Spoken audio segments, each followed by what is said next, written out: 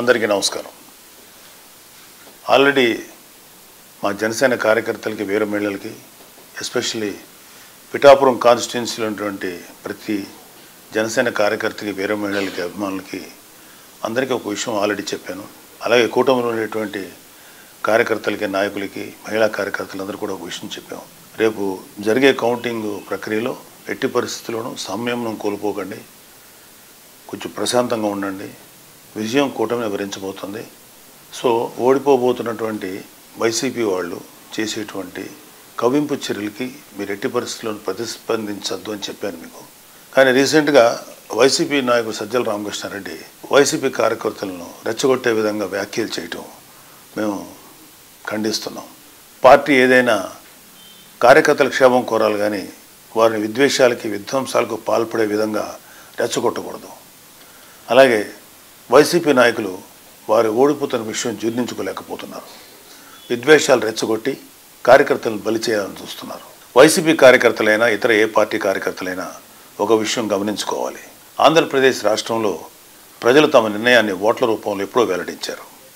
గతంలో ఎన్నడూ లేని విధంగా ప్రజలు వైసీపీపై తమ వ్యతిరేకతను ఓట్ల రూపంలో చూపించారు. తాజాగా వెలువడిన అన్ని ఎగ్జిట్ పోల్ సర్వే ఫలితాలు కూటమికి అనుకూలంగా వెలువడడం కూడా వైసీపీపై ఉన్న ప్రజాగ్రహాన్ని తెలియజేస్తున్నాయి. ఇక కౌంటింగ్ చేసి గెలుపొందిన వారిని ప్రకటించే ప్రక్రియ మాత్రమే మిగిలింది.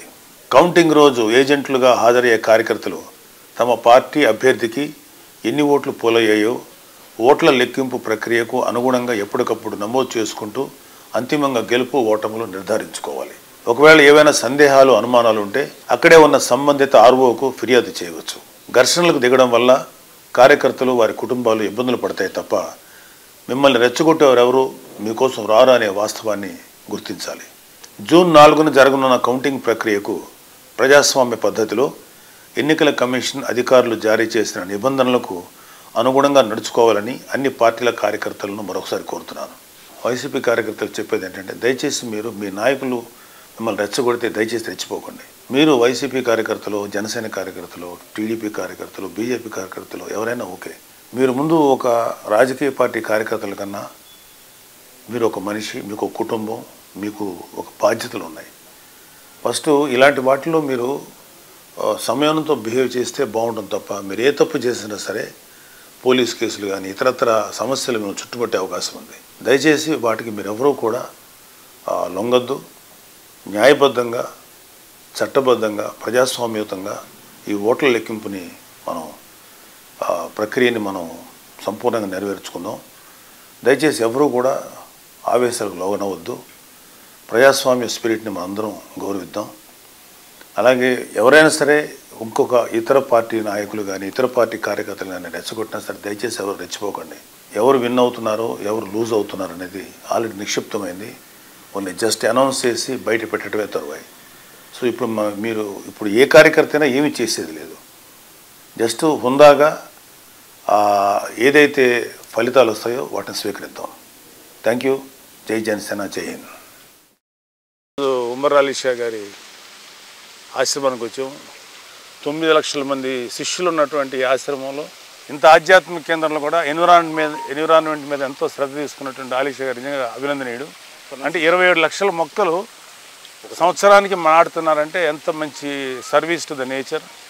అండ్ ఎంతోమందికి విజ్ఞానాన్ని బోధిస్తారు, నాలెడ్జ్ పెంచుతారు, మెడిటేషన్స్లో ట్రైనింగ్ ఇస్తారు. చాలా సంతోషం అండి. ఎక్సలెంట్ వర్క్ అండి మీది.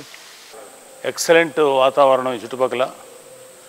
అన్నిటికన్నా ముఖ్యం ఏంటంటే మన భారతదేశంలో చాలా చోట్ల మతాలకు సంబంధించిన విభేదాల వల్ల పౌరుల్లోనే ఇండియన్ సైడ్ కూడా ఎన్నో రకాలుగా అభిప్రాయ భేదాలకు లోనై ఎన్నో గొడవలు రావడం సహజం.